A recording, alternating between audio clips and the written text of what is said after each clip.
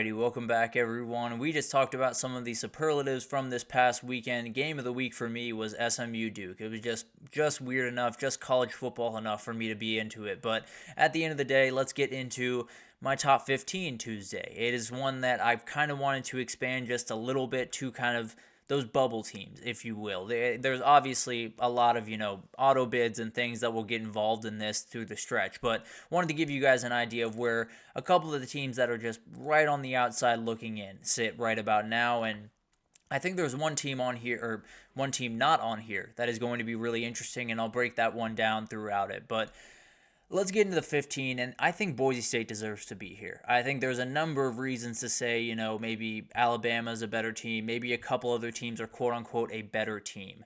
This is the team that's in the driver's seat for the CFP. This is the team that went up to Eugene and only lost by 3. This is the team that just beat a UNLV team that very well could have beaten them. So I have very little problem with this. I think they absolutely deserve to be in the top 15, and they're a team that if Ashton Jeanty is going to be doing the thing that he's going to be doing the rest of the way, it's going to be a really hard team to beat, and they firmly will find themselves in the CFP. This is my top-ranked Power 5 team right now, or Group of 5 team right now, so they would be the bid into the CFP as of right now, and they're playing just really, really good football. So I didn't want to make a top 15 without any Group of 5 teams in it because, first of all, I think Boise State deserves to be here, but more than anything, wanted to give you guys an idea of what that team would be in the 12-team playoff if I were to make it today.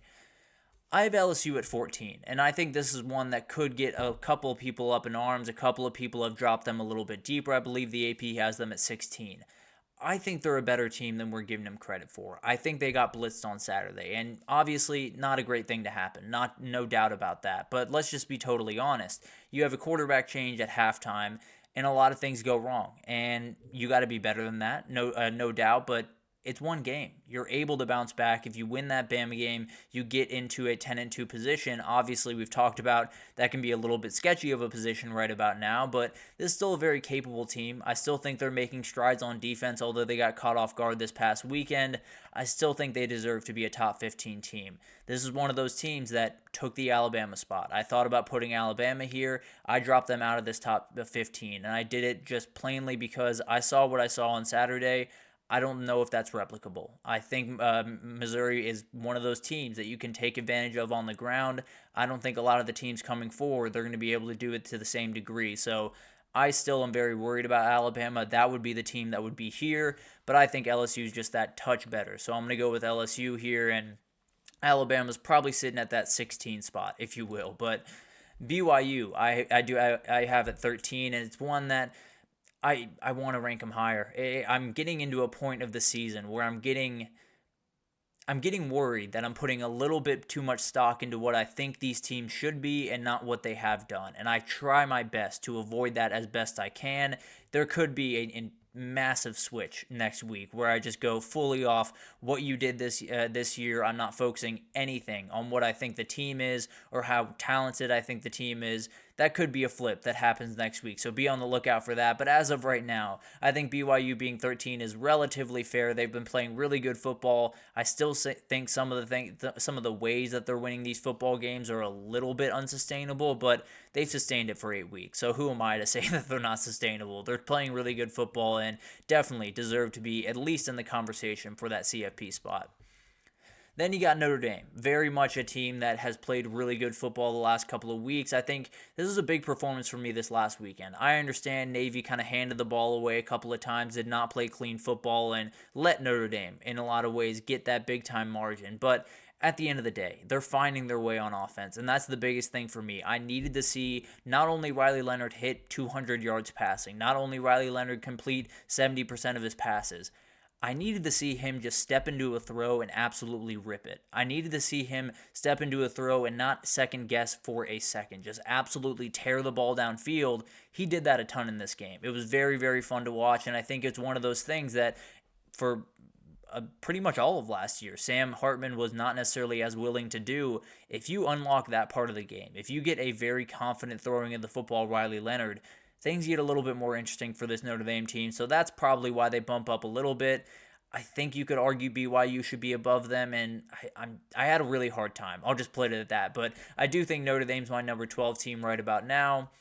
And then Iowa State. They stay pat at number 11, and they're quietly a very undefeated team out there in the Big 12. I think they're a really, really good team. I think their offense hasn't necessarily even found itself yet. I think they're going to be an absolute force down the stretch of the season and is going to be just impossible to deal with for a vast majority of everyone around the country. So it's going to be incredible to watch that one unfold, and this is a team that I really, really like down the stretch.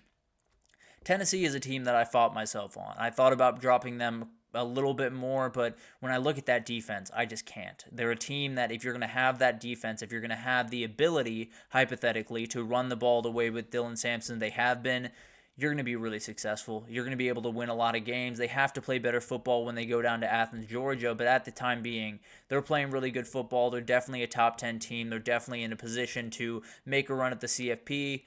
I worry that they're not quite on the level that they need to be to beat that Georgia team and to get to the SEC championship and the CFP, but as of right now, it's hard to necessarily poke too many holes in this team. Got to give love to the Indiana Hoosiers. This was a huge, huge win. It was one of those wins because we've seen this before. We've seen undefeated teams that have been a little bit out of left field. They've played really good football for 6, 7, 8 weeks.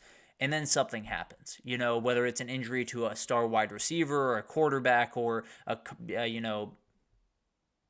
coach wouldn't get fired, but something happens in that program where things go a little bit awry. This was a huge one. Curtis Work walking out of that game totally changed that offense, and they were able to handle business. They were able to go about their business pretty comfortably, and the defense stepped up in a huge way, and they did incredible things this past weekend and really proved to me that this is not necessarily just an Indiana team that's having a good time right now. This is an Indiana team that very much is a CFP contender going forward. And then we got Clemson at 8. This continues to be the team that I'm a little bit higher on than most, it feels like, but they're as talented as a lot of the teams up at the top that we're talking about as national title contenders, and they are firmly in the driver's seat for the ACC title. Barring a slip at Pitt, they'll be able to get there and be firmly in a position to make the CFP. So I really like what this team's doing. I think that defense is one of the more underrated units in the country. And then we have another defense that I think is one of the more underrated units in the country. A&M, that defense is just ridiculous. They're one of the very best in the entire country, and it feels like they're treated as, I don't want to say gimmicky, but just not necessarily the elite level that I think they've been playing. They're absolutely all over the field. They got after Garrett Nussmeier when absolutely no one else on earth could have, and they got a couple of picks in some big-time moments. So this A&M team continues to rise. The worry that I do have is that quarterback position. What happens this upcoming weekend when you know that Marcel Reed is going to be the quarterback will be something to watch. But at the end of the day, when you have that defense and all those athletes that they have, it's a hard unit to beat. There's no doubt about that.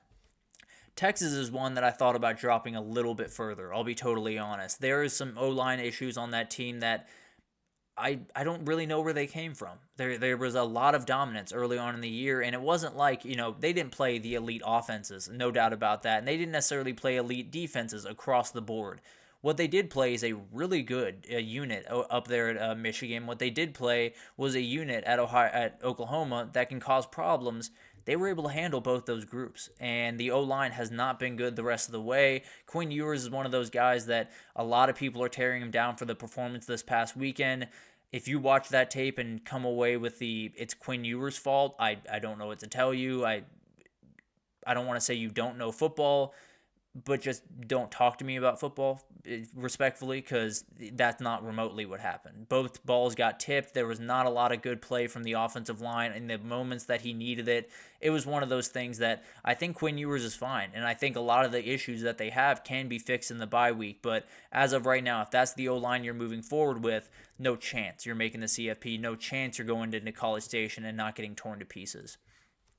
And then we got Miami at number 5. This is a team that gets a little bit of a bump because they did the thing that I've just been begging them to do for the entirety of the season. Well, not the entirety of the season, but for the last little bit. I've been just been begging them to get a boring win, to run the ball, to play defense, to do your thing, not have Cam Ward be a superhero, and that's exactly what they did. I absolutely love to see it, a team that very much deserves some love, and I was a little hesitant to bump them over Texas the last couple of weeks just because of some of the issues and some of the close calls that they've had. I still think they're very, very closely tight, but I do think Miami did just enough this past weekend to bump above the Longhorns.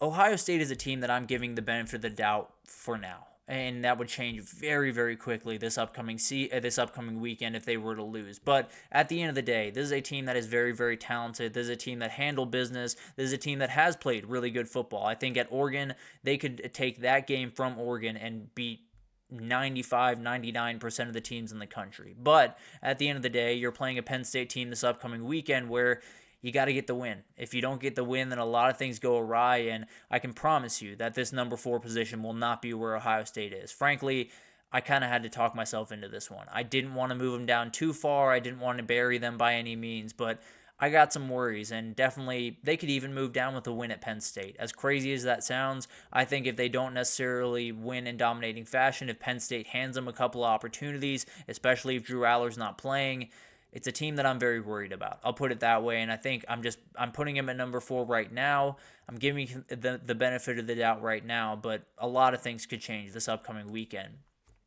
Penn State, kind of a weird team right about now. I think this last weekend, really to me, was probably the most impressive win of Penn State's year. It was one of those wins where you're down at halftime, you're in a tough environment, and then you just get punched in the face one more time with Drew Aller going down. They were able to handle it. That's absolutely huge for this team, and I think the biggest thing is it's a huge difference between last year and this year when it comes to coaching staff. They made all the changes they needed to make and did a really, really good job in this game.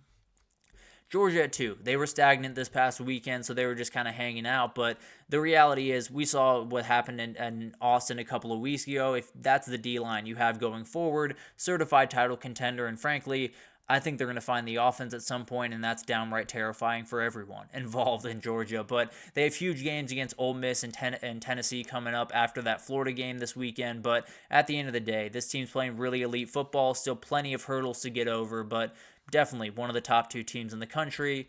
And then you got number 1. I don't think much has to be said here. They definitely proved this past weekend that they are deserving of that top team in the country moniker, and were awesome on both sides of the football. They are the standard right about now. I think a lot of things should change in a hurry. If Ohio State gets a dominating win this upcoming weekend, they're right back up there with you. So it's a lot of confusion going on right now. A lot of teams that I just can't get a beat on. I'm trying my best to figure out who's better than who, and trying to reward Indiana as much as I can, trying to reward teams like Pitt and teams like BYU as much as I can.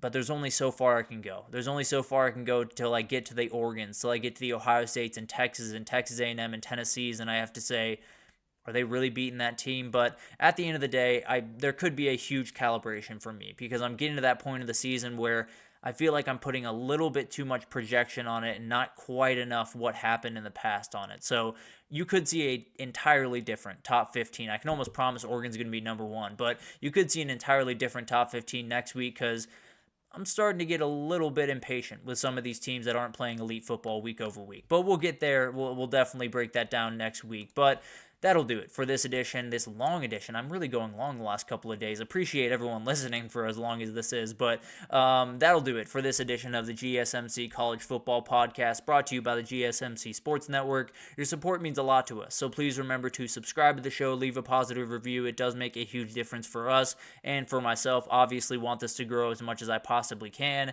Also, follow us on Facebook, Twitter, TikTok, Instagram, all the social pages that you could possibly want. We have great people doing great work across every single sport you could possibly want. So anything you need in the world of sports, we have you totally covered over here at GSMC. But thank you once again for listening, and I will see you guys tomorrow.